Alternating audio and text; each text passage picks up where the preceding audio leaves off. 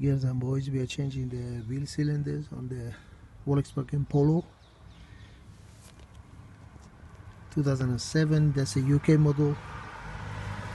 When we changed the brake master cylinder, we wanted to bleed the system, and this one was rusty and unfortunately crack. So with the new one, we're going to put the drum back and start bleeding the system. This is the torque you need for the T30. For the little bolts on the back, you got just one bolt on the back. That's it. Behind the spanner.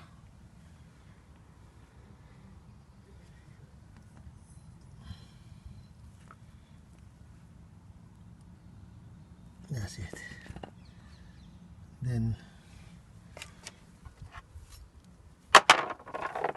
we're gonna bleed this one now. We put our hose here.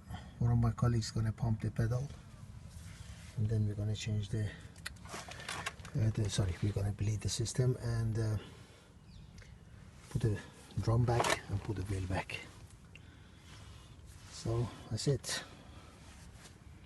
Thanks for watching. Bye.